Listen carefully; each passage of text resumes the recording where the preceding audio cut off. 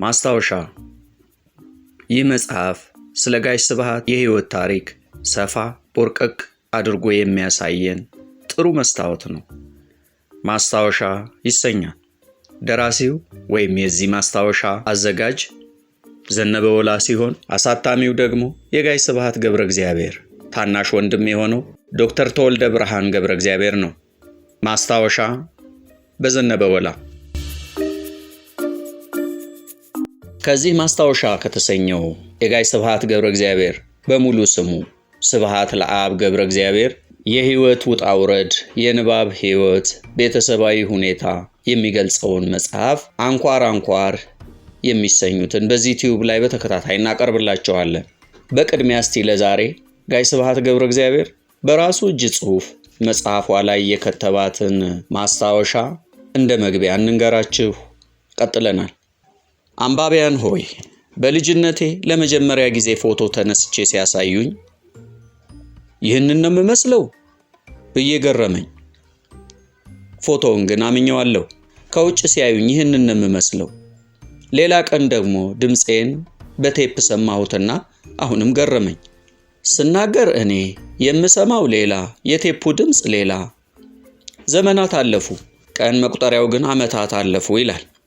እኔም ሆንኩ ዘነበ ይህ የምታነቡት መጽሐፍ ገና በሐሳባችን እንኳን ሳይመጣ እሱ ስለ ህይወትና ስለ ስነ ጽሑፍ እንዳወራለት ሁኔታዎችን አመቻቸ። ስናወራ ሳናስበው ይሄ መጽሐፍ ብቅ ማለት ጀመረ። ተናገርኩ፣ መዘገበ፣ ጻፈ። በ65 ዓመት ዕድሜ ይሄ ዘነበ በሚከተሉት ምዕራፎች እንደምታነቡት በቃላት ፎቶ አንስቶኝ አየሁ። ለካ በደግ አይን ሲያዩኝ ይህን እመስላለሁ። ገርሞኝም አላባራ። አብራችሁኝ ስለ ህይወት ተአምራት እየተገረማችሁ በቃል የተሳለውን ፎቶዬን ታዩ ዘንድ በአክብሮት እጋብዛለሁ። ዘነበ ወላ ያዘጋጀውን የህይወቴን አልበም እየከፈታችሁ ነው። መልካም እይታ። ለሁሉም እነሆ በረከት።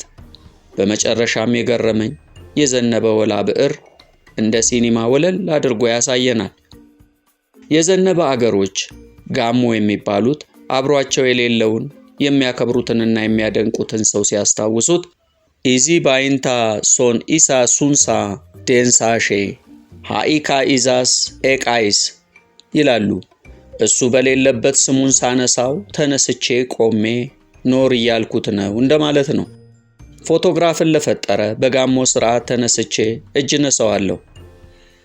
በዚያውም ለዘነበ አባትና እናት ለአቶ ወላ ወጋንና ለወይዘሮ ወርቅነሽ ባላ እሱን ወልደው ለሰጡን ወላዬ እና እማዬ ወይም ትእዛዙ የእግዚአብሔር ቢሆንም በአክብሮት ተነስተን እጅ እነሳቸዋለን። መልካም ንባብ።